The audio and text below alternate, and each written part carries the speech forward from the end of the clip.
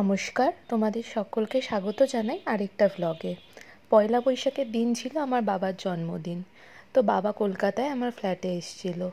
মা যেহেতু আসতে পারেনি, তো রাতের বেলায় আমি আর আমার বর মিলে ভাবলাম যে বাবার জন্মদিনটা একটু সেলিব্রেট করি।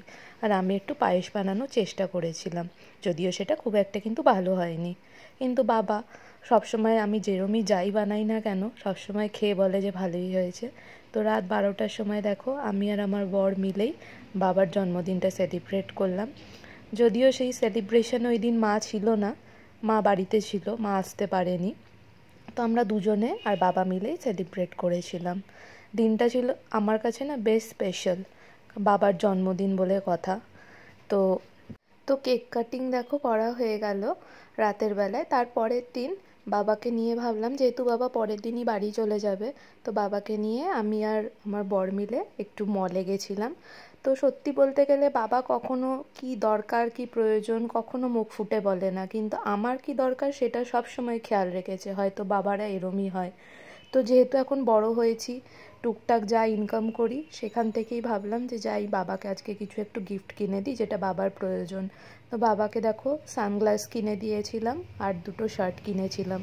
তো তবে দেখলাম বাবাকে এরমভাবে ঘোরাতে নিয়ে যে বাবা কিন্তু বেশ আনন্দও পেয়েছে, খুব খুশি মনে কিন্তু আমার সাথে ঘুরেছে। গিফটসগুলো আমার যেরম সামর্থ্যে হয়েছে তবে বাবাকে দিয়েছি, তবে বাবা কিন্তু বেশ খুশি হয়েছে। এবার সেই সেলিব্রেশনে যেহেতু মা ছিল না, ওই ব্লগটা কিন্তু পুরোটা আমিই শ্যুট করেছিলাম। তার একদিন যখন আমরা বাড়ি গেলাম, তো আমরা প্ল্যান করলাম, মানে আমিই প্ল্যানটা করেছিলাম যে আজকে চারজনে মিলে বাইরে যাব দুপুরে লাঞ্চ করতে, কারণ কি এরমভাবে বাবা মা কখনোই একসাথে বেরোতে পারে না।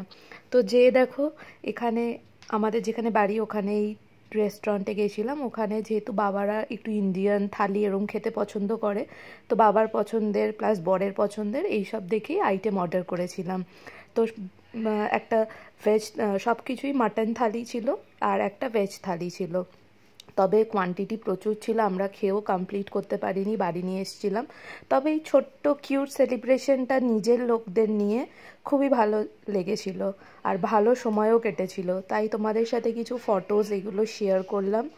আর প্রত্যেকটা সকলের বাবারাই সবসময় ভালো থাকুক, সুস্থ থাকুক, এটাই কামনা করি।